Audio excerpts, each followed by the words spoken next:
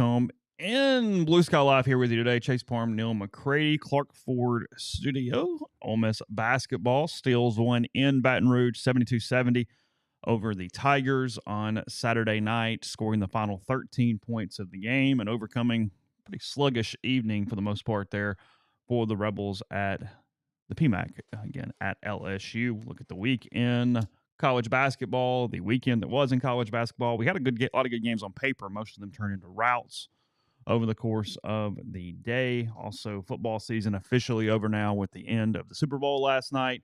The Eagles are your Super Bowl champions, routing the Kansas City Chiefs last night to win that one. So all that and more coming up today on the show. A show brought to you every day by Blue Sky locations throughout the state of Mississippi, up and down I-55, throughout North Mississippi as well. You know about those lunch specials. Hope they took care of some of your catering last night for the Super Bowl. Ribs, pulled pork, side items, Sweet Daddies, the spots for those things. And again, coming to you from the Clark Ford Studio. We are. Clark Ford is in Amory, Mississippi. 662-257-1900 is the number. Call it. Ask for Corey Clark. Tell Corey what Ford product you're looking for. He'll send you a quote within 15 minutes in business hours.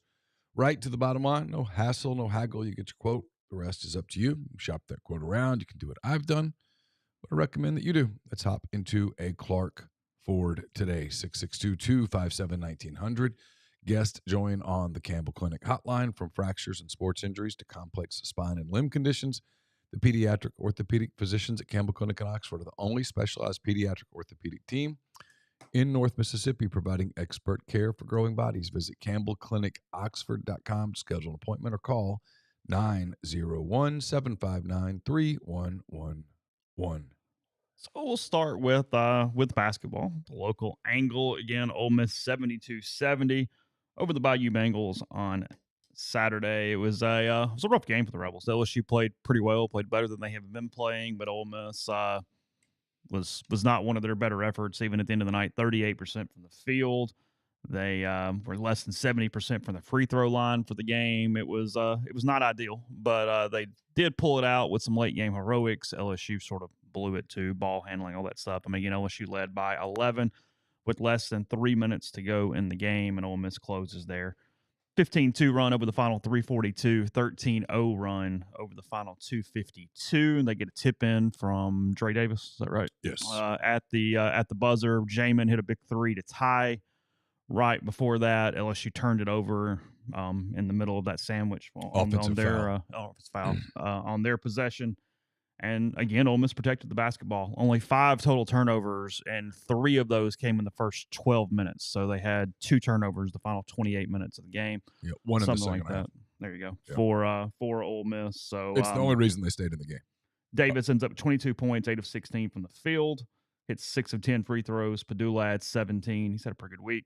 4 of 7 from 3. Murray 9. Morrell 10. There for the Rebels. LSU did have 3 in double figures as well on the evening. A lot of stuff here. Ole Miss moves to 7-4 in the SEC, so you just keep ticking off wins. Saw a lot of bracketologists kind of moving them into the lock category after that. It's not a surprise. I mean, we've been doing all this number counting stuff. But they are now 7-4 in the SEC.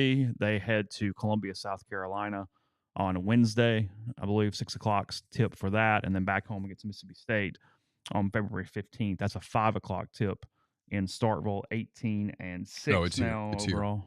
Oh, yeah, Oxford. Yeah.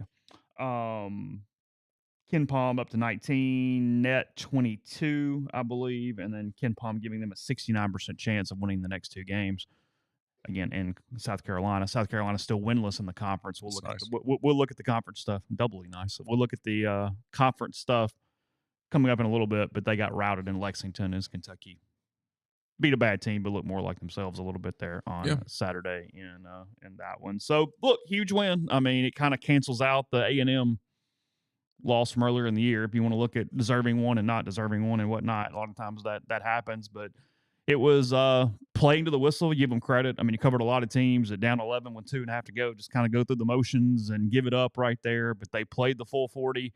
And took advantage of a team that really doesn't know how to win at all. LSU one win in conference play at this point. And I told Neal before we started the show, I was listening to Matt Moscone on the way over here just to kind of get the LSU take on things. And they were discussing money problems, but hot seat if there were not money problems there in LSU. They're not firing Matt McMahon this year. That's not the point, but pretty rough current men's basketball situation for the Tigers. Yeah, it'd be a weird day to have the conversation about firing Matt McMahon when I thought he coached a great game. Chris pointed out after the game that they threw a look at them that they didn't expect. Took him a little while to kind of adjust to it, to figure it out. That's a credit to McMahon. I thought LSU played hard. And once they built the lead, they played with some urgency in an attempt to get a win. They wanted to win the game. It was obvious. And, up 11 with about 3 to go. You're at a point where pretty much everything has to go your way. You can't make a mistake, and you can't let them have buckets. And they did both of those things. They protected the basketball. They got good possessions. They got to the line, made their shots, and kind of forced LSU into some bad offensive possessions, into some bad shots. And then Brakefield makes a 3 kind of at the end of a shot clock that was huge, because if that doesn't go in, probably not working out your way. Mm-hmm. And that goes in and you tie it, and then you let you play defense. They drew an offensive foul and then drew up a play for Padula that was really well executed. The ball just comes off the front of the rim, and they crash the glass on the backside, and Davis tips it in with the 10th of a second left.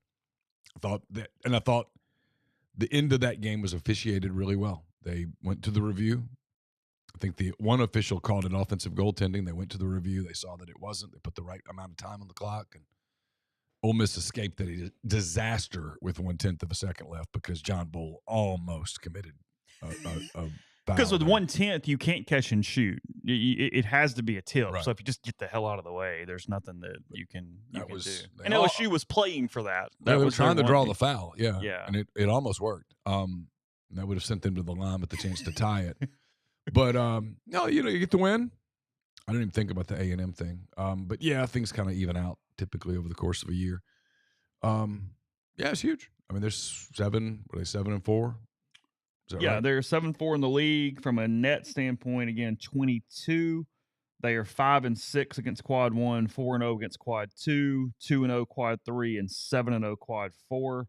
And that's 5-6 because Texas, after losing to Vanderbilt, again, we'll look at the league in a minute, but they fell to 31, so they're one spot out of being a quad 1 there. LSU is sort of on the cusp of moving quad 1, but that's very doubtful. I looked it up this morning, and they played a little more spirit effort against Ole Miss in an empty gym. I mean, Ole Miss had a good many fans there, but LSU did not show up as you would expect for that game, considering what the record for the home team was at that point. And let me find it here. Their remaining schedule. Go to LSU. Because this is why getting out of there was probably a good move, because you have no chance of this becoming a quad 1. I don't think. They are currently 1-9 in the SEC, and KenPom gives them a better than 27% chance to win a game and only one remaining game the entire season. Their KenPom percentage projections the rest of the way: 22, 19, 62, 14, 16, 17, 12, 27. So you're talking about an LSU team that if it goes scratch, they go 2-16, and even that's not a gimme. So a rough record playing out there for Matt McMahon. And, look, from an LSU standpoint, we're not going to focus on this much because it doesn't matter, but he came into an impossible job. He had 0 scholarship players when he took the job, literally 0. They didn't know the sanctions yet, so they had to give him this huge contract even to get him from Murray State. Year 1 was a punt. They went to the NIT, I believe, in year 2. And then now this is year 3, and it's a complete disaster. But in assuming he's informed, Moscona was saying this morning that they're only spending, and I get only is crazy for this amount, but in the SEC they're only spending just north of $2 million on their roster. So you're talking about half of what Ole Miss is spending on its roster. And when you look at an LSU basketball situation, I mean, no matter what in this league, that's not cutting the mustard. Whether you should or shouldn't against the point, everybody else is. So that's not going to cut it, and you can't blame Matt McMahon for that part of this thing. So no, I mean, that's not enough. I've watched them several times this year, and I've never once thought, boy, that's a poorly coached team. I think they're well coached. They're not very talented. Got some athletes, but they're not super skilled. Yeah, I don't know what it. I have no idea. I get asked this question all the time. What does it take financially to field a winning SEC roster? I don't know. At least 5, I'm guessing. Yeah, I have a hard time believing it's less than for sure 4. I mean, I just don't. I don't know what everybody else makes. There's a, it's the opposite of. I was reading a Cubs story this morning about the Alex Bregman pursuit or lack thereof, and in those stories, they mention payrolls. They talk about the Mets payroll, the Phillies payroll, the Dodgers payroll, where the Cubs come in, where the luxury tax is. There's specificity that you can write when you cover a professional sports team that you just don't know. I don't know what Nate Oates' payroll is. I don't know what Bruce Pearl's payroll is, what Todd Golden's payroll. I have no idea. There's no way to know. So for whatever reason or reasons, the schools have been able to sort of protect that, and most media covering college sports are disinterested.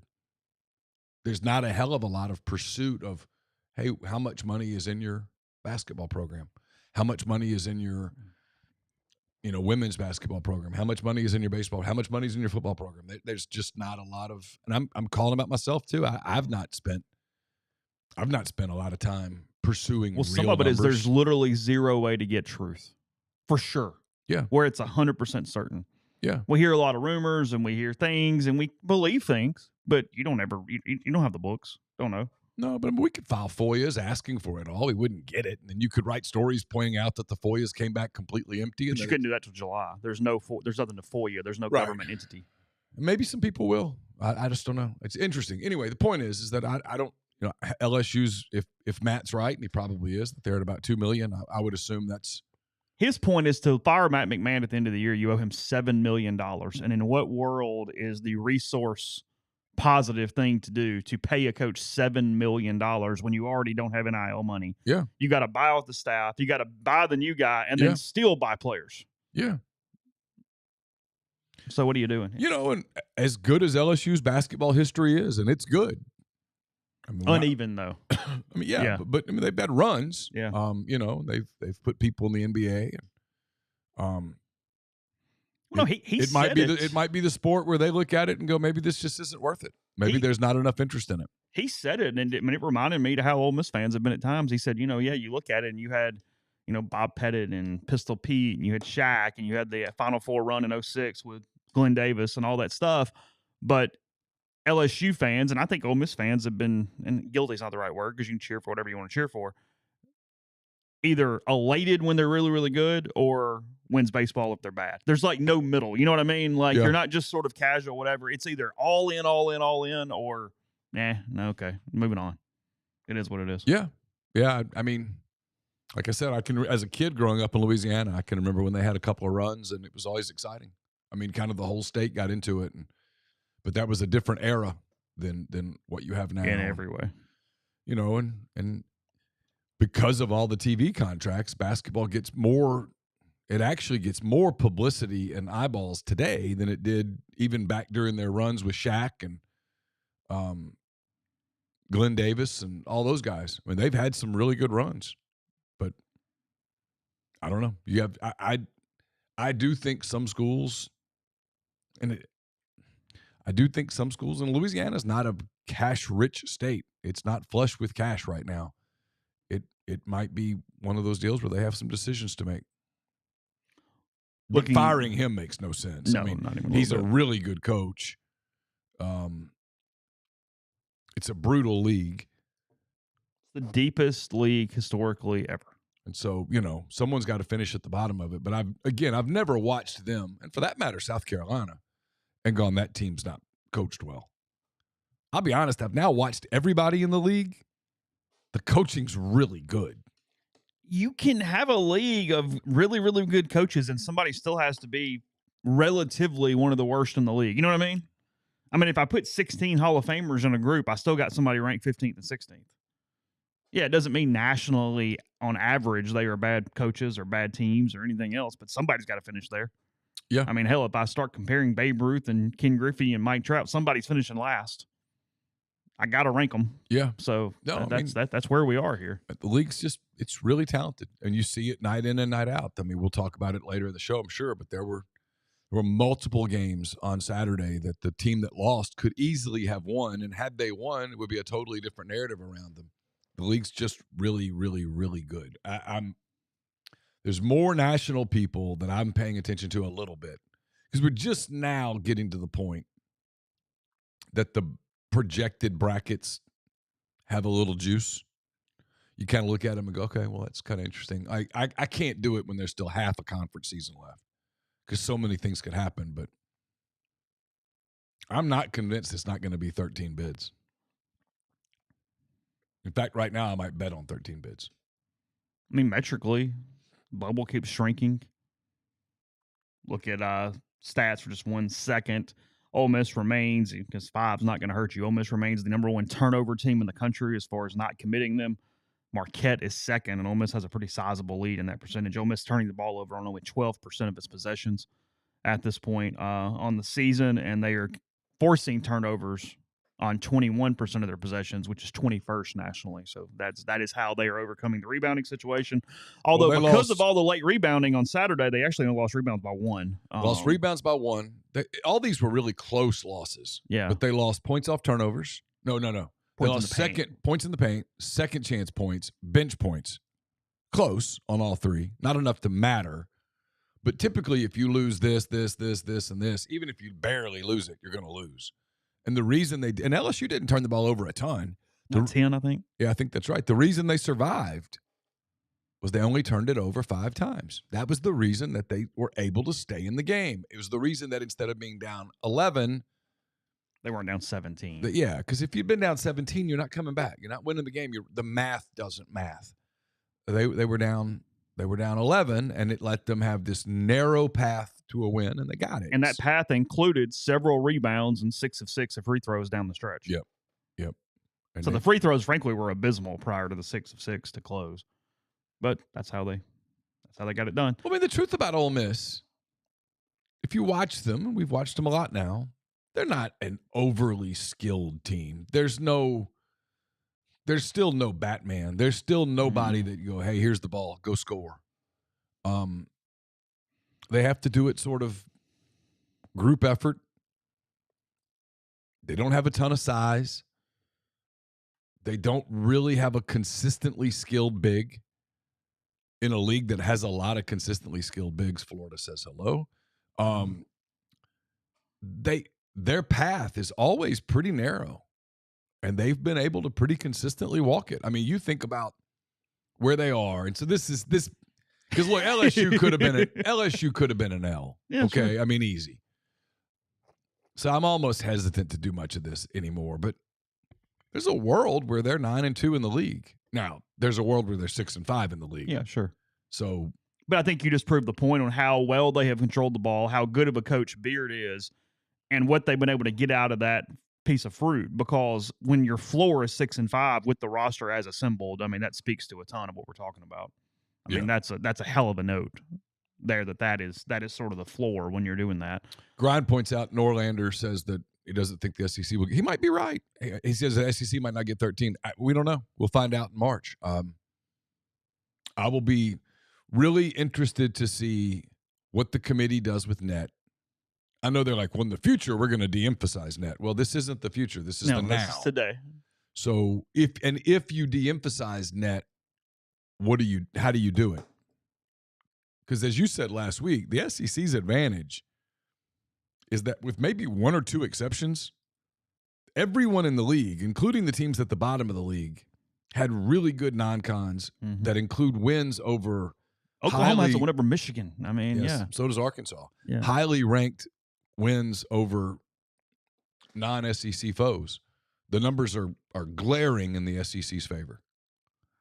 So I don't know how they'll. There's no bubble team in other conferences that's going to have the level of non-conference resume and the conference overall net ranking. Yeah. If you're just simply going by metrics. Yes. It's 13 if you go by metrics. It's less than that if you put an artificial cap on it. And when you go, no, we're just not doing that. Yeah. Sorry, you got to finish top 12. You got to finish out of the bottom quartile in the league to get in. And you know me, I'm not going to be the guy that's being the SEC shill, but my question will be, well, you don't do that in other sports. You don't do that in softball. You don't do that in baseball. Is it only doing this because you have there's a little bit more of a microscope on it? Or because you think America really wants to see Duquesne? Yeah. Well, baseball, we've had an artificial cap, but it's been 13. That's been our cap, which I think's gone. But we'll see. That was 13 of 14. No, I mean 13 SEC wins. Oh. No one's ever gotten in below 13 SEC wins. But it's become standard over the last few years that if your net doesn't, your RPI. Sorry, baseball still uses RPI. If it doesn't suck, you're in at 13 and 17 most likely at that point. I think it's up to like 68% of 13 and 17 teams are in baseball.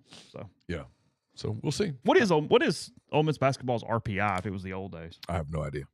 I've not looked. I want to look because I'm curious. And we'll go to break.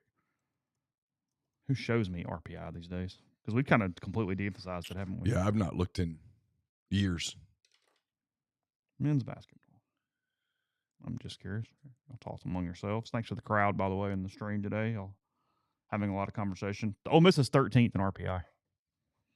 So it'd be a year where if RPI were the king, Ole Miss would be in really, really good shape. SEC teams in RPI would be 1, 2, and 3. Here's one for you. You want this one? Sure. If we were doing RPI, Ole Miss would have played the top 7 RPI teams in the country. Oh, wow. Auburn, Alabama, Tennessee, Purdue, Memphis, Florida, Texas A&M. Memphis would have the number 5 RPI in the country. Penny longs for the old days. Penny longs for the old days. Oh, he's going to get in as a 4 seed. He is. He's fine. And they're good. Memphis is a good team. Oh, they're good. Ugliest floor in college basketball, but good team.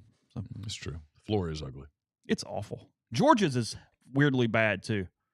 The dog outline, like in the middle with the G, just have a normal floor. Like it. What did Georgia do Saturday? They lose to State? Yeah, by 1 point. Okay. Kind of bombed down the stretch. We'll do that in a minute. But yeah, they blew a game. They should have been better than that. So, all right. At Citizens Bank, you're not just an account number. You're a valued member of the community. Now, if you find yourself in the market for a mortgage, give Whit Wilson a try. He's at the Citizens Bank and ready to help you with your real estate goals. Stop by and visit 902 Sisk Avenue, Suite E in Oxford to discuss wherever you are on your financial journey. And while you're there, check out the School Spirit debit cards. You can they donate an amount per every transaction to the school of your choice, whether that's Oxford, Lafayette, or Regents. That's the Citizens Bank, PHILA.com. We're brought to you by Comer Heating and Air, Southern Air Conditioning and Heating, different names, same great people, products, and services. If you live in Oxford, Batesville, Tupelo, that area, call Comer 662-801-1777. If you live in Hernando, Memphis, that area, call Southern 662-429-4429. We're also brought to you by Window Hero, window cleaning, pressure washing, gutter cleaning, gutter guards, and everything in between. Window Hero has the experience, equipment, and expertise to make your property look and feel brand new. If you're in North Mississippi, let Window Hero make your home or business's exterior look amazing. Their experts are fully bonded and insured. They provide specialized equipment, exclusive cleaning solutions, a satisfaction guarantee, and they can clean up to 4 stories on buildings. Window Hero has locations in Oxford, Tupelo, Pontotoc, Holly Springs, New Albany, and more. Roby and Susan Allen are dedicated to helping Oxford and all of North Mississippi with their windows, gutters, and everything in between. So call Window Hero at 662-510-7077 to get an estimate. Learn more at windowhero.com. Are you retiring soon? How long should you wait to take Social Security? What accounts should you pull from first? Are you already retired? Should you consider Roth conversions? These are just some of the questions that can only be answered with the personalized retirement income plan. Andrew Sego with Sego Wealth Management specializes in helping folks just like you come up with their retirement game plan. Whether you meet at his office in Collierville or prefer Zoom from anywhere, schedule a free discovery meeting. See what they can do for you. It's rebelsretire.com. Valentine's Day this week. So if you're out shopping, doing some last-minute shopping, I suggest Arnett's Fine Jewelry. It's a 4th-generation jeweler located in the old Lammon's Jewelry Building on North Lamar Avenue in Oxford. They offer expert jewelry repair, all the diamond engagement rings, wedding bands, all that, of course. And it's also a great place for gifts, Valentine's Day, birthdays, graduations coming up, anniversaries, and more. If your wife is expecting a baby, Arnett's can help you find that perfect push present as well. At Arnett's, they want to be your jeweler. And we're brought to you by Argent Wealth. They're based in Ridgeland, Mississippi. They've got clients in more than 20 states. Argent provides detailed, specialized investment management, financial planning, retirement planning for individuals and businesses, and much more. At Argent, investing is treated like a commodity. Decisions are made using objective information and research, not emotions. So regardless of your level of wealth, Argent will sit down with you, listen to your goals, study your expenses, and put forth a comprehensive, detailed financial and retirement plan built just for you. To learn more, go to myargentwealth.com. Again, that's MYARGENT wealth.com. So I misspoke a little bit. You did have a couple early blowouts, but a pretty good day in the SEC, and a day that you don't appreciate probably. And I'm kind of judging off what you guys put on Twitter and the message board and interacting with you a pretty good bit on Saturday. I was doing AMA on the board, and I think your team has to be good to be really into it, but it was one of those really good college basketball days where you're interested in things in every window and you're kind of pumped, and it gives you something to watch and follow throughout the day. And that's one of the huge positives of college basketball, because like we talked about last week, you don't have it's not the football emotion where your entire week is ruined if your team loses the game. You're going to play 18 conference games. It's going to be all right. You're going to look into the metrics and stuff, and it allows for a RebelGrove.com was pretty brutal 38 minutes in. I mean, in fairness. Yeah. But in general, it is different than football. Now, we have a little football mentality on the message board. That is completely correct. Hey, I cover baseball. You want to? Yeah, I'm aware. Yeah, I know. Around 4:45 on Friday, I'll be having a different conversation as Arizona's up 5-2 in the fifth. But I don't know how people do that day in, day out. You mean from the mental roller coaster of it? Just the whole. It's it's going to be a 60-game season, and every game is like the end of the world. It's like, come on, stop. We should know better by now. Are there fans that do it in Major League Baseball too? Oh, yeah. If you have a bad April, then it's just over? Yeah, and I mean, that's okay. It's different, right? If you have a bad month, like the Cubs got eliminated last year because they had a horrible May. But you're not going to get eliminated because you got swept by the Phillies in April. It's going to be all right. You can right the ship. You're going to play them a lot more times even. Yeah, when people go, this game, that was it. This game was it. I'm like, no, it's not. There is no this game. No, not really. You're okay. Now, if you're having a deal of, I think our bullpen's bad, then okay. Oh, that's a different conversation. I'm concerned about our bullpen. I'm concerned about our infield defense. But the whole, well, we lost this Saturday. That's it. It's like, okay, come on. You're just being emotional for the sake of emotion. Yes. It is college baseball season. Ole Miss opens its season on Friday. They're in Arlington at Globe Life Field. They play the Arizona Wildcats at 3 o'clock. They play the Texas Longhorns at 7 o'clock on Saturday, and they play the Clemson Tigers at 2:30 on Sunday there for opening weekend. I believe Eastern Kentucky is in town for Ole Miss's first weekend at home and a couple weekends away. So that is that. So we'll continue preseason coverage, RebelGrove.com, and then Arlington on Friday. So of two top 6 teams, and Florida's better than top 6 nationally, even though it's where they're ranked, they go into Neville Arena. They won't be 6 today. They 90-81, handing the Tigers their first SEC loss of the season, and just controlled a basketball game. Completely controlled it. When Florida is clicking, I don't know if there's anybody better in the country. They're the one team in the league that has the kind of skilled bigs that's going to make it negates Broome and Cardwell and those guys. Doesn't eliminate them, but it negates them. And so you have to beat them in other ways, and Auburn just couldn't do it. And look, Florida's really skilled. That is a highly skilled basketball team. It's like I almost did this thing. I'll probably save it another week. I was going to do ceilings and floors for teams. Yeah, sure.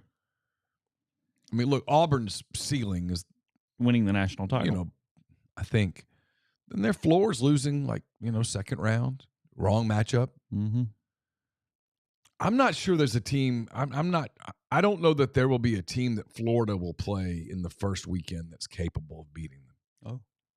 I mean, I think Florida's floor is Sweet 16. Okay. I think their ceiling Which is the highest in the league? Probably. Yeah. And I think their ceiling is super high. I mean, I think if you told me Florida's playing on Monday night, I'd buy it. I'm not predicting that they will. And if they lose in the third round, everybody goes, you said, no, I didn't. But they're really talented. They can kind of do everything. And we do this weird thing with coaches where because he's got these allegations against him, we make him this weird person. It has nothing to do with what he is on the court. He's a really good coach. They were up 10 at the break. They kind of keep it even in the second half again. 90-81. Florida now 20-3 overall, 7-3 in the SEC. Auburn 21-2, 9-1 in the SEC. Credit to Grind. He called that loss on Thursday night. He was on the phone. Alabama staved off a pretty good effort by Arkansas at home at Bud Walton on Saturday. Alabama wins 85-81. They had a huge lead. They were up 18 with about 15 minutes left, and Arkansas cut it to at least one possession. I don't know if they ever took a lead, but they got it within one possession a couple of times and played really, really well. It was. I wrote this in 10 thoughts. If you're Arkansas, you wanted to win the game, obviously. Bama's only lost once in the league.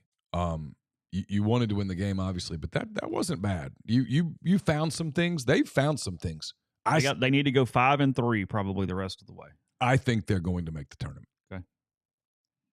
If they keep playing like that, they're going to make the tournament. They're a tough team to beat. The big European kid, Z, whatever his name is, I mean, he was electric. He had 27-7. Yeah, they might have found some things. They're not bad. Bama's really good. Bama's really good. I mean, you watch Alabama, and what Alabama is tenacious. And when the moment gets big, they rise to it. I mean, 99 times out of 100. Bama now 20-3, 9-1 in the SEC. Good chance they're number one in the country this week just because of poll mechanics. Because Duke and Auburn both lost. Duke got beat by Clemson on Saturday, 77-71, I believe was the final to that one. My God, at the Cooper Flag hot takes. Good God. People.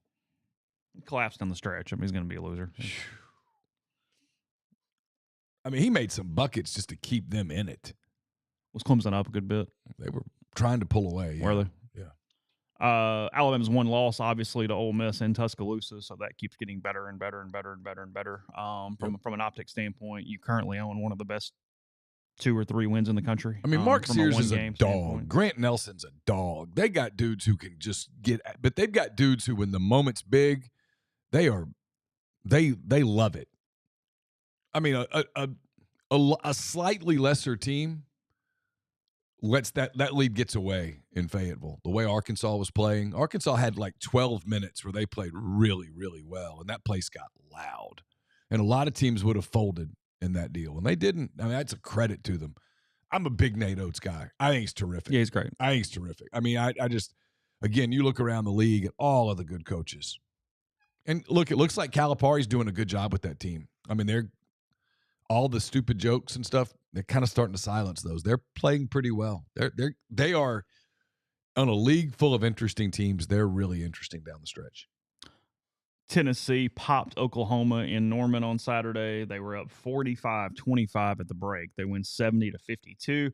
Tennessee now 20-4 overall, 7-4 in the SEC, all 4 losses inside the league. And Oklahoma got to be careful to not let this thing get a little late early. They're 16-7, 3-7 now, and they're not very consistent. They're a click or two below the better teams. They can't seem to kind of get on any run. They're okay. They're not bad, but it looks funny. I never look at Oklahoma and watch them play and go, oh, they're good. Like, they're just okay relative to most everybody else. They've got the Fears kid that's a good guard, but now everybody's scouted him and they're focused on him. Ziegler was back and had 17-9 for the Volunteers, too. Just of note. Yeah. Breaking Zakai Ziegler makes a difference for Tennessee. Hell of a basketball game in Columbia, Missouri. Texas A&M wins 67-64. They're now 7-3 in the SEC. Missouri 6-4 in the SEC, 17-6. They had been really good at home. They were still really good. A&M just got it done. They got 20 from Payne. They got a good day from Wade Taylor the fourth as well. Mitchell leads Mizzou with 12, and that was a number 10 versus number 15 matchup. So A&M keeping really good pace there for a double bye inside the SEC, 7-3 again in the league. Yeah, I had to watch the end of that on my phone because we had to go to a wedding. Carson drove us out there. Taylor makes the big bucket. He's a monster. I love Wade Taylor the fourth. He's terrific. Two teams that have Sweet 16 capability. Yeah. 2 teams that really defend, multiple guys who can shoot it. Both those teams have some dogs, too. I mean, both of those teams have guys who you can get the ball to them, and they're not remotely scared. It was fun. It was I told you last week I thought that was going to be a great game, and it lived up to it. It was terrific. Doors asking if I go to either of the games in Arlington, which is the one to go to, Arizona, Texas, or Clemson. It's Texas because you get the environment where that's going to be a home game for the Longhorns. It's the best team Ole Miss is going to play. I mean, that's the most fun one. If you want one Ole Miss is going to win, I don't know. Is Elliott throwing on Friday against Arizona? Maybe that one. But yeah, I mean, if I'm just going to one game for atmosphere, those neutral site tournaments don't have a ton of people. I mean, it's got really dedicated people who traveled, but you're in a major league park. It's pretty cavernous. I'd want to go to the game where the Longhorns are playing to get a little bit of environment and a little bit of juice in the stadium. I've done a lot of neutral site major league stadiums for college games, and when it's two teams from 8 hours away, it's pretty dead in there. It's scrimmagey in some capacities, even if you have 200-300 fans pulling for you. So I've not been in that park Texas. Yet. I haven't either because it was snowing in 20. We got iced in, and I couldn't go. Couldn't literally get to the airport. So that's right. Yeah, didn't do that one. Kentucky 80-57. Lamont Butler back helped the Wildcats out a little bit, having their guy. By the way, all that breaking furniture was true. So we talked about it on Thursday. Yeah, and Pope discussed it again. That was what he was talking about. So somebody had to cut a check. I think so. Yeah. He made some quote that was a really strange quote. He said that sometimes in the short term, you probably need to yell at the players, but that has very little short-term advantage, I believe is the way he put it. So he basically broke something instead. That was the way that I interpreted his comments there. Well, they got the money to pay for some furniture. That's fine. Okay. Wonder where they shop for the furniture in Oxford. 80-57. Kentucky now 5-5 in the SEC, 16-7 overall. You think they South sent Carolina. some IKEA and like, hey, y'all put it together, bitches? Oh, you think so? I mean, that would be the ultimate troll job. Hey, we tore up your tables. Here's some IKEA tables. Yeah, put them together. Delivered. Get some managers to. Yeah. IKEA can be a pain in the ass. Oh, yeah. If you ever want to test a marriage, yeah, IKEA. Even just walking around the stores, because the way it's all set up as the rooms and stuff, and it's. Yeah, I put my foot down on stuff like that. I mean, you don't go. You're no. I'm like, we're not doing IKEA furniture. We're not doing anything. If it requires like pulling out monumental manuals and no, not going to do it. It's a fight waiting to happen. It is. And so what you say is no, not going to fight. Not going to do this. It's not going to work. Not going to do it. And over the course of time, Laura will now tell you that I'm right. She used to say, we can do it. And then an hour in, we're not making any progress. We do learn some of those things, like, hey, we just don't put things together. It's not what we do. Yeah, it's not. This is something we can do. This is something we can't do. There's nothing wrong with that. There's strengths. If you're a basketball player and you're awful with your left hand, doesn't mean you won't ever work on your left hand. But in a big moment, you're not going to go, hey, I'm going to drive left here. No, you're going to do what you do well. Mississippi State takes one that Georgia desperately needed. As you're watching the Bulldogs schedule play out, State wins 76-75 in this one. It was just, if you're a Georgia fan, you're pretty frustrated. It was a rough game for the Bulldogs. They played pretty well, just couldn't ever get over the hump. They'd get it to one possession and then failed to take the lead and get it to a possession. State to make a play and kind of made it happen. I mean, you got a big game from Neal. I mean, he was 16 points off, 5 of 8 from the field, and 3 of 4 from 3. The only problem there is he only shot 8 times. Your best guys got to shoot more than 8. You got to get some Josh Hubbard in you and fire away, because you don't have to tell Hubbard to shoot twice. So you got to do that. Hubbard shot 14 times. He should not shoot twice as many times as Neal. But 76-75, State now 17-6, 5-5 overall. Georgia 16-8, but now 4-7. In the SEC. You're still lingering, but it what its schedule is and the close, and it's a big win for State because they got a hard week this week. Florida at home, at Ole Miss. Is that what they got? Yep. Okay. I hadn't clicked it over there yet. We talked about Ole Miss and LSU again, 72-70, and then really good basketball game. Texas had a 12-point lead on Vanderbilt around halftime, somewhere in there. I was watching most of it, but I don't remember the exact mark. But Vanderbilt played great in the second half, outscores them 51-39 after intermission, winning 86-78. Vanderbilt now 17-6, 5-5, and Texas 15-9, 4-7. They are not getting much out of what looks like an incredibly athletic, good team. They're not winning games. And see, this is the deal. I have people try to tell me Vanderbilt's on the bubble. Vanderbilt's this, Vanderbilt's that. Vanderbilt, from a metric standpoint, they're going to get in. They're finding ways to win games. If Vanderbilt gets to 7 or 8 wins in the league, their metric's going to be really solid. Yeah, I'm pulling it up now. 1 second. I mean, that will be a very difficult assignment for Ole Miss at Memorial Gym. Oh. I mean, that's going to be really tough. Not a gimme. Ken Palm gives them a decent chance, but yeah, let's see. Net. Here, make this go away. Warren Nolan must need some cash because they have ads popping up everywhere when I try to go from net to RPI to wherever it's there. They appear to be filling their page. Let's see. Net Vanderbilt is 42 as of today. Vanderbilt 42, Arkansas 43, Oklahoma 44. Yeah. By the way, Memphis's net's 45. Yeah. I'm having a hard time with 4 seed at 45. Shouldn't be.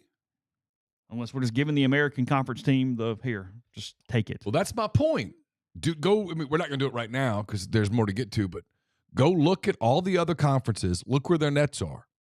If you're going to take bids from the SEC and give them to those conferences, literally, in a lot of cases, you're going to be taking a team with a 40-ish net and giving a bid to a team with a 115 net.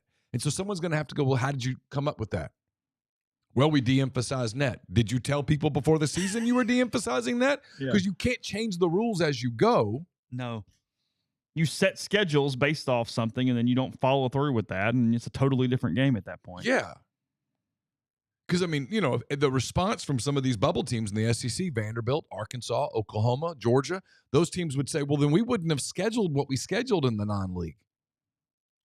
We would have racked up a bunch more quad 3 and quad 4 wins. Arkansas would say we wouldn't have played Illinois. I mean, that's what people would say. Yeah. And it's a valid argument. And you know me, I'm not usually the guy that's like the big shill for the SEC, but in this case, I mean, I think they have a legitimate argument. You said these were the rules. This is what the committee looked at. Everybody in the SEC, literally everybody, scheduled accordingly to that. And they won. And so then you're going to come back later. Ole Miss would look at it. If in a world where Ole Miss were on the bubble, they'd go, well, we wouldn't have gone to Memphis if we'd known these were the rules. Mm-hmm. We would have scheduled Lindenwood again. Yeah. It's a legit argument. Instead, they went on the road and guaranteed a quad 1 game because Memphis was never going to be out of the top 75. Missouri would say we wouldn't have played Illinois and Kansas. We would have maybe played one of them. Yeah. But we would have scheduled St. Mary's Sister of Perpetual Hope and brought them in. I mean, so that's going to be the problem. It's coming. We're a few weeks away when these national media types, and a lot of them just don't like SEC teams, are going to do the whole, well, that's too, they this, that, and the other. The metric that you told coaches mattered the most is right there. Mississippi State's win over Georgia moved them into quad 1 territory right now. Remember, home games has to be a top 30 opponent to be quad 1. State went from 31 to 29. Again, Texas 31. So State and Texas will be around that quad 1 opportunity. And yeah, I mean, real quick here, because this is more of a midweek thing, but you mentioned Vanderbilt. Look, they have they're going to either play themselves on or off because the schedule is so complicated the rest of the way. But they've been winning at home. They got Auburn at home next. Probably won't win that one. At Tennessee, at Kentucky. Their Ole Miss game is huge because they could be the losers of 3 in a row. But they could beat Ole Miss at home. Yeah, sure. At A&M, Missouri at home, Arkansas at home, at Georgia. They could beat Ole Miss, Missouri, and Arkansas at home, and they could win at Georgia. And that would be 8-10 or 9-9 if you did all that. Which would put you in. Yeah, that would be in. I mean, and your net would be like 33, 34 at that point. I mean, if I told you at this moment that Vanderbilt beats Ole Miss in Nashville, are you shocked? No. If I tell you they beat Missouri in Nashville, Arkansas in Nashville, they win those 3 games, they're probably in at 8 and 10. Because they've beaten Tennessee, Kentucky, and Texas. Is that right? Is that the 3? I think so, yeah. They've got some nice wins. They've won. They have performed well at home. Yeah. Podcast brought to you in part by G&M Pharmacy, 662-236-2222. They deliver locally in the Oxford area, and they offer MedSync. Prescriptions the same time each month and take care of you. One trip to the pharmacy, one delivery. You have everything you need when you need it with G&M. Also easy to transfer those medications. One phone call, they take care of the rest. So whether it's Holly Springs with Tyson Drugs or G&M in Oxford, that's 662-236-2222. Brought to you by John Edwards, Regency Travel Incorporated in Memphis. He's part of Virtuoso. It's a worldwide network of travel partners that allows him to supply his clients with added values, unique benefits, simply not available to other travelers. You're thinking of planning a trip that you want to create a lifetime of unique memories, get in touch with John, give him some parameters, give him a budget. He's going to give you options that you probably won't find on your own. And no, you don't have to live in or near Memphis to take advantage of his services. 901-494-3387 or send him an email at jedwards@regencytravel.net. Get the beautiful, healthy smile you deserve at Corinth Dental. Dr. Bubba McQueen, Dr. Jenny Beth Hendrick are devoted to restoring and enhancing the natural beauty of your smile using conservative state-of-the-art procedures that will result in a beautiful, long-lasting smile. From routine checkups to advanced treatment, including implants and Invisalign, Corinth Dental is here to help you achieve your smile goals. Schedule your appointment today. Take the first step toward a better version of yourself. It's corinthdental.com. Are you a displaced corporate executive wanting to put your career in your own hands?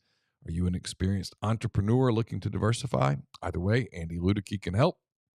He owns multiple franchises and businesses. He uses his expertise to help others find their American dream through a very thorough and free consultation process. So call Andy. Put your life and your career in your own hands. It's 100% free. Got nothing to lose. Find your perfect franchise at myperfectfranchise.net. Andy at myperfectfranchise.net, or you can call his cell 404-973-9901. Located in the heart of Cajun country in Broussard, Louisiana, Parish Brewing Company's simple goal is to make awesome craft brewed beer. They do just that. They've got a absolute ton of great products. You got Dr. Juice. It's a highly crushable juice bomb, dry hopped with a blend of their favorite hand-selected hops from the Yakima Valley in Washington. The drinkability is sneaky good considering it clocks in at 6% ABV. They've got Ghost in the Machine. It's a double IPA. Absolutely outstanding. One of my very favorites. They've also got Envy. It's an American Pale Ale. Got Canebrake as we get closer to the spring months. So lots of that. Wherever you're looking for beer, grocery store, bar, restaurant, if they've got Parish Brewing Company, give it a shot. You will not regret it. Podcast also brought to you by NE Spark, the fastest, most reliable fiber internet option available. Whether you're streaming the Rebels or connecting with family and friends, they offer both residential and business packages with speeds up to 2 gigabits. To learn more, register for service. That's nespark.com. NE Spark, get connected, stay local. All right, let's see. Just real quick, because we are talking about bubbles and projections and whatnot, and I like the analytics because they hit on way more than they lose. It's what Siskiy's used for Criteria Club from time to time. So these KenPom projections, the rest of the way, they are now projecting. Let's see. I was trying to figure out where Ole Miss would be if everything goes scratch, which it won't. But we are getting fairly deep in conference play at this point. Auburn 15-3 is their projection, so still winning the league there for the Tigers. They're projecting 13-5. If Bama goes 13-5, that means 4-4 the rest of the way. I'm having a hard time buying that for the Tide. I will take the over on wins for Alabama. Yeah. I have not looked at their schedule, but I don't know. Florida 13-5, and I guess the point here is, I feel like those are the four that if you're Ole Miss, really tough to catch any of them. Like I think those have separated. You know that you've got this up here, and it's going to be very difficult to catch any of I guess those three at this point. They have A&M and Tennessee both projected 12-6 in the SEC, so that would be your 4 and 5 seeds. They have Missouri projected 11-7 as of right now. That would be your 6 seed, and then they have Ole Miss, the 7 seed right now, going 10-8 in the SEC is the projection for the Rebels. So I think 10-8 is a fair projection. It's a fair projection. That would be the 7 seed. That would avoid the first night because the back half of the conference plays on night 1.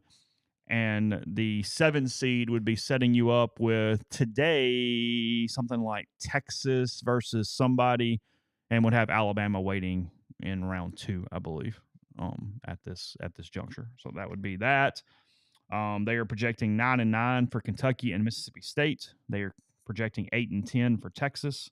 They are projecting 7-11 for Vanderbilt, 7-11 for Georgia, 6-12 for Oklahoma, Arkansas 7-11, LSU 3-15, and South Carolina 2-16 the rest of the way. So those are your Ken Palm projections.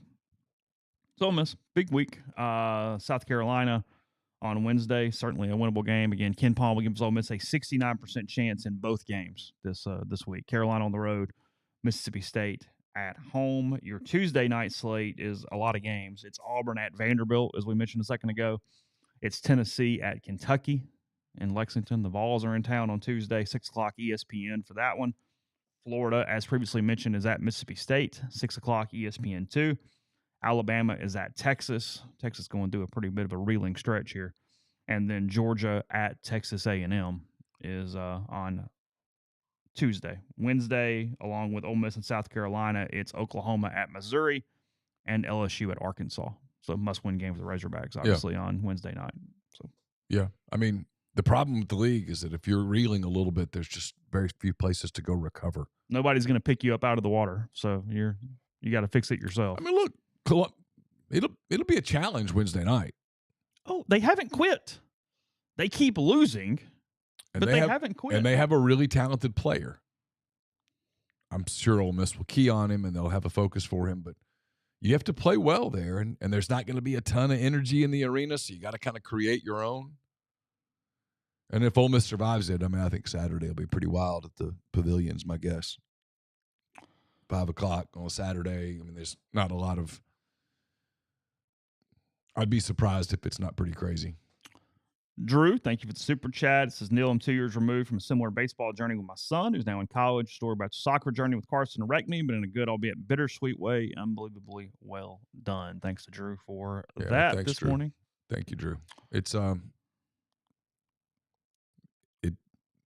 this weekend it hit me a little bit. It'll kind of hit me a little bit this week. I'll give Carson a lot of credit. The girls are still alive, and he's been basically the head cheerleader for the past few days. I don't know that I'd have that in me right now, but the Oxford girls soccer team knocked off Clinton in the state quarters. They host Tupelo tonight for the North half final. 5:30. Yeah, so if you're looking for something to do in the Oxford area tonight at 5:30, that will probably be a hell of an environment. Two really good teams. They played to a 1-goal game earlier in the year. Tupelo's 18-3, Oxford's 17-2. So that is your records in that one. So. All right. See, Nick Sirianni's wearing a Starkville A.J. Brown jersey at his press conference this morning. Yeah. Who got MVP? I assume Jalen Hurts, but I did not even see it. He had a big night. A.J. scored for the Eagles last night. I mean, I guess we can transition to it for a minute. They the MVP should have been the Philadelphia defensive coordinator or their defensive line. They wrecked Kansas City all night long, including the crazy stat of they did not blitz one time. They did it the entire night with just a 4-man front. They obliterated Kansas City. They got them out of the run game almost immediately early. They got them scrambling. They pressured Mahomes and actually finished plays. And Kansas City didn't do a bad job defensively, actually. I mean, they played well. They completely kept Saquon Barkley in check, but Philadelphia hit some big plays. They scored a defensive touchdown. It was an annihilation last night. You know, it's funny. This happens in every sport, and it really rings true. Whatever your team's weakness is, in its ultimate moments, you will either do one of two things. It will either come back and bite you, or you'll overcome it and win. I mean, it happened to Carson's soccer team. They were shaky on the back end all year. Now, they overcame it a lot, but it was always there. It was always something that we kind of talked about, like a little worried about this, and it bit them in their biggest game of the year. It bit them. Not picking on any kids or anything. Everybody tried hard. It is what it is, right? Kansas City, the one thing people said all year is, man, I just don't know how good that offensive line is. I just don't know how good that offensive line is. And in fairness, all year it's like, yeah, but is Jalen Hurts a championship quarterback? And I didn't watch the whole game last night, but I saw him make a lot of really good throws. He made a lot of really good plays. He had a couple of escapes out of the pocket that kept drives alive. I thought Hurts was terrific on a night when he had to be. And he was. And so, they overcame their don't get me wrong. If Jalen Hurts is your Achilles heel, your ceiling's you're really high and your floor's really high. But there's a difference between making the playoffs and winning the Super Bowl. And so they were able to do that. And for Kansas City, it finally bit them. They ran up against an elite defensive line that was able to control them. They were unable to protect Mahomes. He got hit a lot, got sacked a lot. And so, it's just funny how it always works like that. Before the Eagles put backups in, they pressured Mahomes on 45% of his dropbacks, and they rushed 4 players all but 3 times and 3 players those other 3 or 4 times. That was it. So I guess they had a couple of plays where they technically would have been called a blitz, but they dropped someone in coverage, so they still only rushed 4, so it doesn't queue as a blitz because you did not bring extra rushers at that point. Just annihilation. I mean, it was, I think in the first half, Kansas City had 23 yards. What half? The first half. Oh. Kansas City had 23 yards in the first half, I believe. I know they didn't cross midfield. There was at one point in the game where Kansas City had 10 yards and Philadelphia had 10 first downs. I know I saw that stat at one point.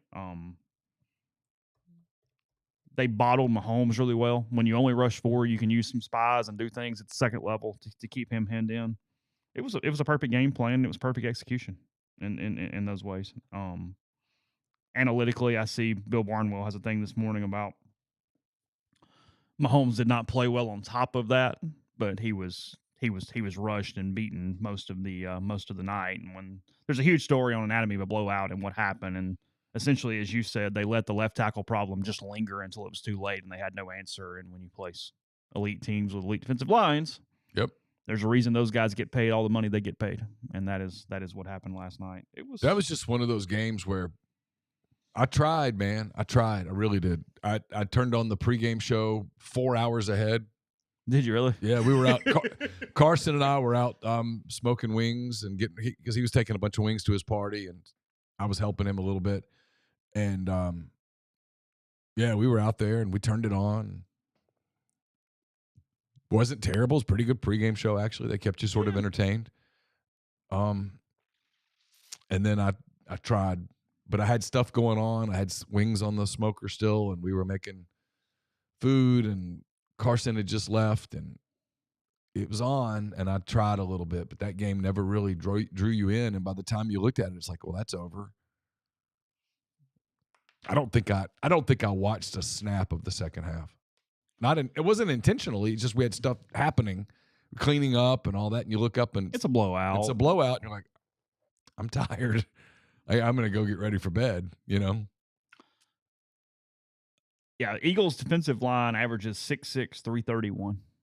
It's pretty big people. That's a lot of mass up there. You've got to move out of the way to get things done. Yeah, the bit that I watched, they just had no chance. It was rough. They had no chance. It was weird to watch Kansas City get dominated like that. And we haven't seen a blowout in the Super Bowl in a while. There was a period when I was a kid where every year it was an absolute mauling. Oh, that's right.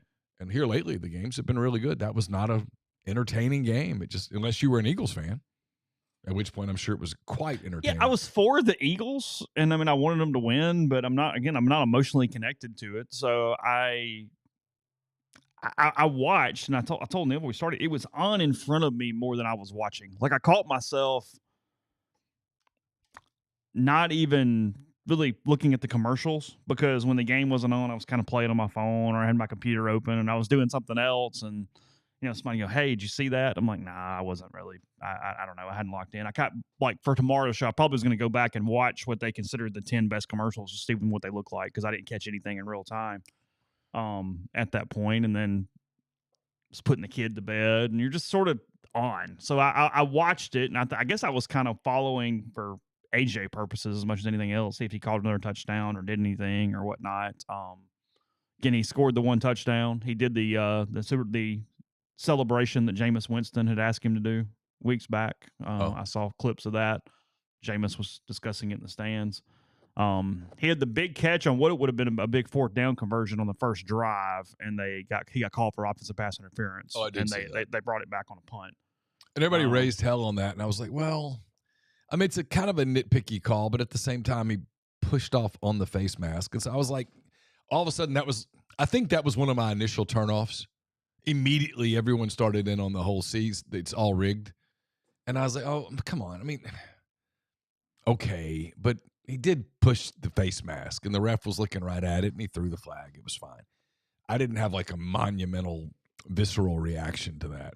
And I realized at that point, and I kind of did, but I'm just so used to it every week to where it was like, oh my God, like, can we just let one call go ever? I think now that I think about it, because I had a few beers, I think now that I think about it, that was the moment that I went, I'm not engaged enough in this to watch it. Oh, really? Yeah. I don't care enough. And now the Eagles got a make-up call on the next drive because it was not interference on the tight end across the middle. It kept a drive going. Oh. And then they kind of just let them play after that. They didn't throw many penalties at all. They did whatever. But yeah, which is typically what they do in the Super Bowl. They just kind of let them go. Except for the one that won it for the Chiefs 2 years ago. Oh, yeah, that's true. But I didn't have a problem with that call. I was like, okay, it's kind of nitpicky, and like they discussed it on the broadcast. And I think that's part of the reaction is everybody on the broadcast went, yeah, you don't call that. Right. So, I mean. But I was looking at it live, and I was like, well, you could call that. Because it's where he pushed him, and I was like, well, you could call that. And when he called it, I was like, okay, well, you called it. And then I don't know. I thought Brady was really good last night. I think he's been really good for weeks. Well, he's the limitations have hurt him because of things he can't talk about.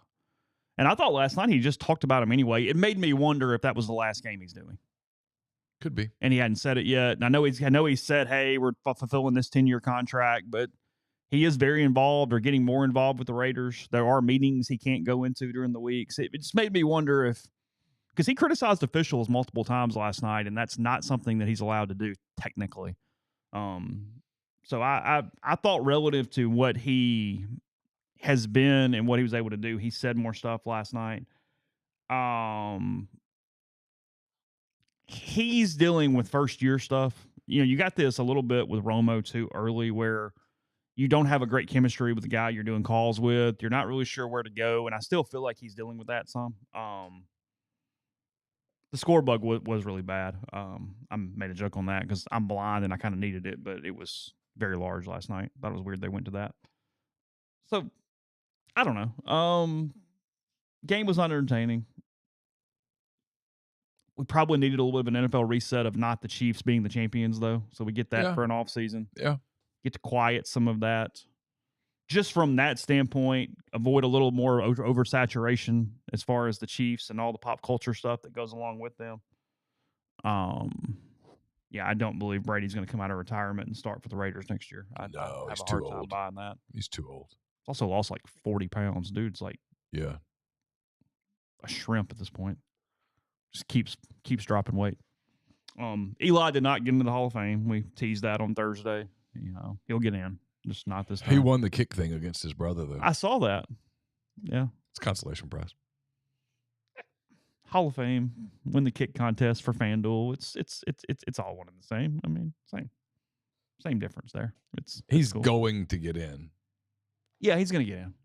Yeah. We don't get votes or anything, though, in the NFL, right? You're just in or not. We don't have any data or stats. I'm not sure. I don't think so. Who got in? I don't know. Sterling Sharp got in? He did. Did I see this correctly? I did see that. Okay. This is one of my sports fan blind spots. Hall of Fames? I don't Halls care. Of Fame? They do nothing for me at all. And so I don't pay a lot of attention to them. And I know it's a big thing. It's one of those things where I realize it's a negative for me. Fans care about that. And I for whatever reason, don't. Like, I've been to the Major League, the Baseball Hall of Fame. And I'm one of the very few people who has come out of there going, that was underwhelming to me. Other people are like, that was incredible. It was awesome. And I was like, it's fine. Oh, I didn't realize that. I didn't realize he didn't make the cut for the final 10 even. Oh, did he not? Mm-mm. Wow. Yeah, I'm reading here. It's an ESPN article, and I'm assuming it's a column. Nobody yell at me. I just pulled up a thing from February 7th on ESPN when I did a Google search. It said why Eli Manning didn't make cut for Hall of Fame class, and the subhead is he had Hall of Fame moments, but not a Hall of Fame career. Below that, it says that he didn't make the cut for the class of 2025 in his first eligibility. He was one of 15 finalists who were in consideration. However, he didn't make the cut for the final 10 after a, quote, vigorous discussion about his candidacy. The group of 4 will be inducted this summer in Canton. Did not include a quarterback. It's corner Eric Allen, defensive lineman Jared Allen, tight end Antonio Gates, and wide receiver Sterling Sharp. The 4 that are getting. I mean, look, you can make that argument. I disagree with it, but you can make that argument. I mean, the problem for Eli is that the end of his career, the Giants were so bad. And so therefore some of his numbers weren't elite. He's one of those guys that you wonder like what it would have looked like had he said, I want out of here. I want to get traded. And they traded him to a loaded team and he won another Super Bowl. Right? We'd be having a completely different conversation. Yeah, 100%. And then, frankly, if Plaxico Burress doesn't shoot his foot, the Giants that year were the dominant team. They were the 1 seed, and they ended up losing in the playoffs because they lost their best wide receiver. Had they won then we're probably having a different conversation. Yeah, that story's got some interesting stuff in it. I want to come back to that. And that was a crazy stat last night. Devontae Smith becoming the first Alabama player to ever score in the Super Bowl. Forrest Gump didn't play professionally. That's a good point. And of note, that is a player who finished his career at Alabama because Hurts has scored, but he finished at Oklahoma. So a player who finished his career. Devontae Smith, the first one there ever for Alabama. So we'll finish the Manning discussion in a second. First, Declaration of Independence Center for the Study of American Freedom, located on the Ole Miss campus, and they aim to explore and examine the fundamental and founding principles of the United States of America. They offer an academic minor in freedom studies and scholarship opportunities for Ole Miss students, bring along lots of networking potentials. They do those every single week. So to learn more, contact Stephen Skoltedi or Rankin Shirley at freedom@olemiss.edu or visit independence.olemiss.edu. Brought to you by Easy Hemp Co. Easy is a hemp-infused sparkling water. It's a guilt-free alcohol alternative, a natural, way to relax and unwind. It's all natural, made with real fruit, no added sugar, low-calorie, gluten-free. 1 12-ounce can of Easy has 3 milligrams of THC. With Easy, it's easy to avoid the gummy scare and control your experience. So change the can, not the ritual. It's easy. Visit easyhempco.com to view the Easy Finder to find Easy near you. Easy is Farm Bill compliant with hemp derived from THC CBD extracts. It's for people 21 and older. Enjoy responsibly. I'll have a mailbag to you on Wednesday. It's brought to you by Art Hayes, Sotheby's International Realty. Are you thinking of making a move? Put the power of Sotheby's to work for you. As a licensed agent with Sotheby's International Realty and a supporter of all things Ole Miss, Art can help you buy or sell in your hometown or anywhere in the world at no charge to you. Seriously. So call and ask Art how. Call 612-805-5929 or email Art at arthur.hayes@lakesmn.com. So let's see. Let's get back to it. 1 second. Says the biggest obstacle, according to some voters in the room, was Manning never really in discussion for the best player at his position for a chunk of his career. He had Hall of Fame moments, including taking down Belichick and Tom Brady twice, but not necessarily a Hall of Fame career otherwise. Quote, in the interest of full transparency, I voted for Eli Manning and spoke up for him in our meeting.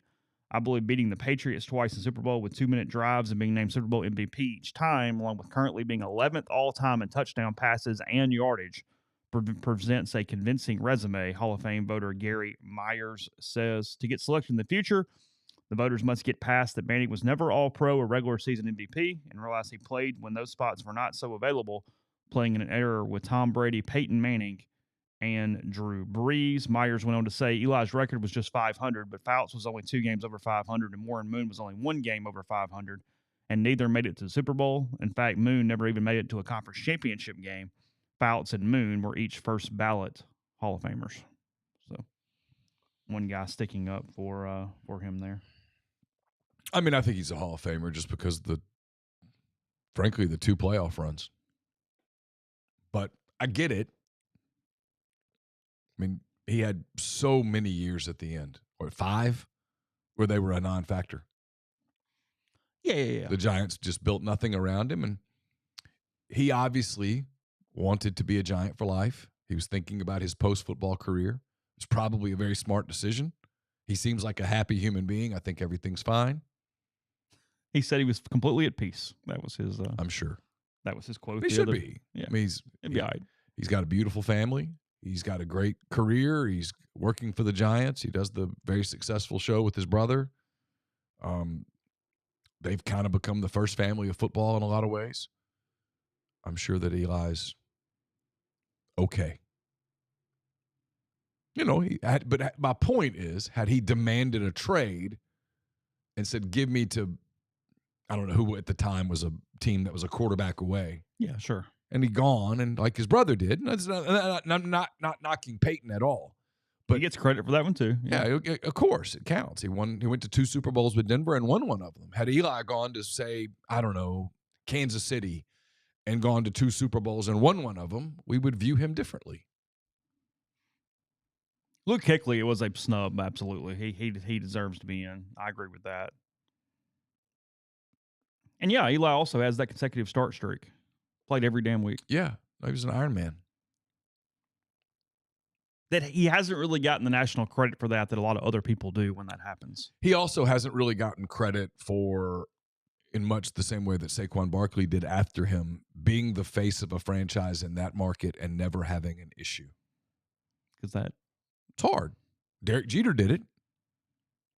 And the truth is, Derek Jeter gets a lot of his run, if you will, for what he did in the postseason. He does. It counts. Played on all those title teams. Yeah. He gets credit for being the face. There's no doubt about that. I think there's a different pressure on you when you're the face of a team like that. I mean, Jeter always sent gift baskets to his girlfriends.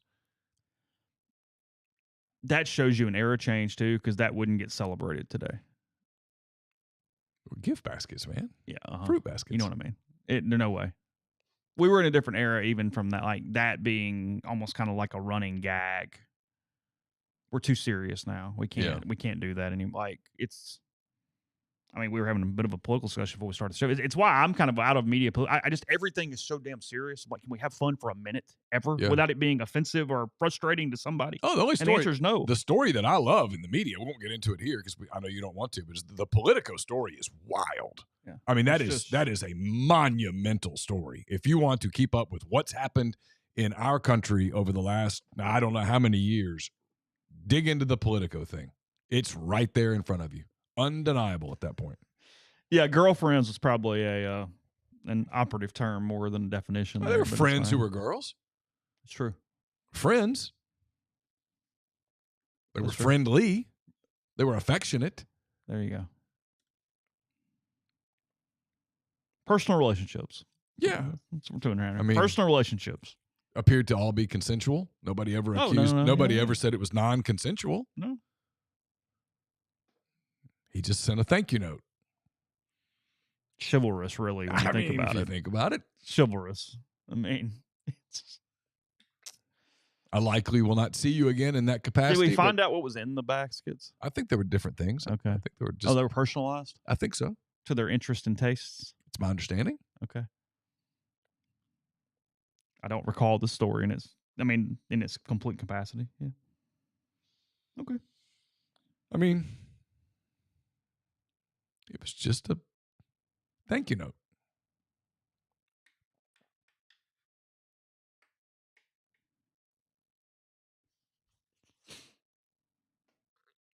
I mean, he didn't send. I don't know whether he actually sent a thank you note or not, but he sent gift baskets. He did. As a way of expressing his appreciation for their time together. Yes. Their visit, if you will. It's completely random for a second. Since 2017, and we'll close here. We're getting more basketball and stuff tomorrow. And some Super Bowl leftover stuff, too. I just didn't want to do it in the final break. The SEC champion has either been Kirby Smart or someone who beat Kirby Smart every year since 2017. So it's either Georgia or you have beaten Georgia since 2017 to win the SEC title. Bill Barnwell doing because he has to, because his editors told him to, a bracket for next season. And he was just... Bless his heart. There was some Ole Miss mentions of why it got flagged to me on my page or whatnot. But, yeah. I wonder if they did have to pay taxes on the baskets? Probably not. I mean, you have to claim that as a gift, right? I mean, as long as the value is under a certain amount, you're okay. So, I mean, really, he could have helped them by lowering some of the values probably on something like that. The rumor is that the gifts were pretty valuable. Pretty extravagant. Yes. Okay. I mean, I can't speak to it. I did not ever receive a gift, nor did I know anyone who did. Wasn't just like a pack of chocolate almonds and a note card or something? My understanding is it was much more detailed and extravagant than that. I mean, I trust you. It's fine. And I think it was usually delivered at the end of whatever term of a relationship they had when he moved on. Story this morning out. Maybe our boy Pat wrote it. I'm not sure, about the ACC trying to fix their basketball problem and emulate the SEC. And I kind of laughed at it because I went, well, you need $100 million. That's how you do that. Yeah, that is how you fix it, because the SEC got to this point by, yes, creating an emphasis, but they hired the best coaches and they have accumulated the best talent. And you do that with dollar bills. That is how you accomplish that task, not just simply forming a commission. What was the argument? Who's forming a commission? Well, the ACC is discussing their basketball problems and how to fix them and how they got to get it back. And it's like, well, you don't have the money to get back. That is how you do that. That's how you'll do it, by pouring money. The rest of the conversation is very superfluous because that's not going to pull it off. That's not how you. Isn't it funny though how many people just? That's my point. That has been my long-standing college athletics media point. We just don't want to talk about it in real terms. Yet, if you do pro sports, someone goes, well, maybe you got to spend like the Dodgers and Mets. And Tom Ricketts comes out at the convention and says, we don't have that money. He goes, for whatever reason, this is funny to me. This is interesting to me. He says, for whatever reason, fans think that we're making that money and keeping it. And that's not the case. We are literally just trying to break even. He's been absolutely lambasted for that quote. And I hear it and go, he's probably telling the truth. Mm-hmm. Well, they're like, well, you have all this money in the hotel and you have this and you have this and you have. Yeah, but those are separate entities that are run differently. At the end of the day, your baseball operations. It's provincial media too, because you have a comment in this story here, and it was 40. You have a comment in the story where he says, let's see, figures to be a temporary problem in a league where basketball is just simply too big to chronically fail. That's incorrect. No, you're wrong. There's nothing that just says God comes down from heaven and goes, ACC, basketball. Mm-mm. No, because the Big 12 and the SEC are kicking your ass right now. And the Big 10. Because they have more money in it. Yes. There's a reason the Dodgers won. They went out and bought more good players. That's why they won. That's not a criticism. Why were the Mets good? Yeah. Grant Nelson doesn't play for North Carolina. He plays for Alabama. I mean, look at who won. Mm-hmm. Yeah. I mean, Grant Nelson went to Alabama. Why? Well, he liked Nate Oates. They did a good job, but they offered the most money. Yeah. In a past era, Grant Nelson would have gone to an ACC school. I mean, who's winning in the ACC? Duke. That's really it right now. Huge payroll. Mm-hmm. Because it makes the point, like Louisville's number 2 in the league right now, but while it's helping Ole Miss and they have a very gaudy record, they're not. I mean, they've lost to 4 SEC teams. They're not unbeatable by any stretch. Nobody's thinking Louisville's going to the Elite 8. I mean, it's why, like Drew says, 40's wrong so much these days. I'll be honest. I hope 14 SEC teams make the tournament. And not only that, I hope, like, if you told me we could have a world where 12 make the Sweet 16, sign me the F up. I want to watch the meltdown. Because people will be, I don't understand this. How did this happen? Why did all these teams get in? Well, because you told them, they emphasized it. They do. You told them metrics. They scheduled according to metrics. They kicked ass according to the schedules. And now here they are. They deserve to get in. There will be a lot of SEC people that are in our world that are such fans of their team that they hate the other teams. And so they'll be, no, I'm sitting here looking at it. I want Georgia to make it. I want Oklahoma to make it. I want Arkansas to make it. I want Vanderbilt to make it. I want as many of them to make it as possible because I kind of want to watch the national meltdown. Yeah. Because these were the rules. The SEC looked at the rules and went, okay, let's schedule this way. And they did it. And here they are. And because they did what they did, outside of South Carolina and LSU to an extent, everybody else is in great spot from a net standpoint. And so everyone's net just builds on each other. And here they are. And they were told this is the metric that matters. So and I think emphasized and dominated the metric. And they all have really good coaches. And they all have pretty good rosters. And I'm kind of hoping that they go on some big run in March. Because it will lead to a meltdown of people who refuse to acknowledge, well, this is what happens when you change the landscape. Yeah. And it's okay if what you say, if Pat were to write, hey, I just miss the old days. Okay. It's not an unpopular sentiment. You're fully capable of having that opinion. Just say, hey, I'm nostalgic here. I sort of miss the old days. Oh, I get it. Yeah. But if your argument is, well, this is just bullshit, period. It shouldn't be this way. The ACC should do more because it means more here. Well, it doesn't mean that much. Or guess what? You simply, and I've been doing this for a while, right? If you're in the room in Chapel Hill and you're looking at the dollars, you should be raising your hand going, this doesn't work. Mathematically, this is bad. And here we are. So the ACC is going to get 3-4 bids. SEC is going to get at least 11. Mm-hmm. And probably 12 and maybe 13. Yeah. Anyway, you can read that, Sports Illustrated, but don't waste your time. It's fine. We gave you the Cliff Notes version. So more NFL, more basketball tomorrow. We'll look a little deeper at the slate of games in the midweek.